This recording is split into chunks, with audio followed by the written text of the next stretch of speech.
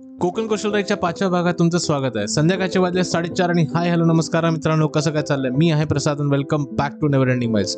Finally आम्ही धावत पळत बाग मांडल्यावरनं अगदी सुटणारी जट्टी पकडली आणि पोहोचलो आजच्या डेस्टिनेशनला, ते म्हणजे वेळस. काही वर्षात वेळसने यूट्यूब, इंस्टाग्राम अर्थात सोशल मीडियावर खूप अटेन्शन गेन केलंय. कारण माहिती आहे, वेळसमध्ये होणारा कासव महोत्सव.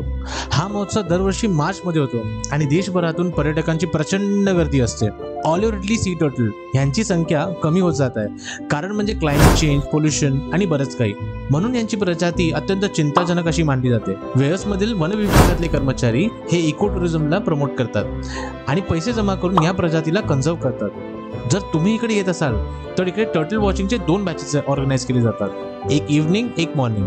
इव्हनिंगच्या बॅचला आम्हाला तर काही लक नव्हता, बट नेक्स्ट डे मॉर्निंगच्या बॅचला आम्हाला हे 3 बेबी टर्टल्स पाहायला मिळाले. हे बघा, जर तुम्हालाही हा एक्सपिरियन्स घ्यायचा असेल तर तुम्ही नक्की वेळसला व्हिजिट द्या.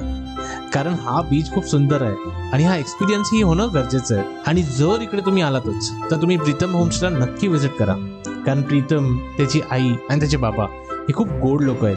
अगदी मनापासून तुम्हाला खायला घालतील. चला मग, टर्टल फेस्टिवल करून मी आता निघालोय नेक्स्ट डेस्टिनेशनला. पण कुठे हे जाणून घेण्यासाठी आपण भेटूया नेक्स्ट मिनी ब्लॉगमध्ये. Till then bye bye.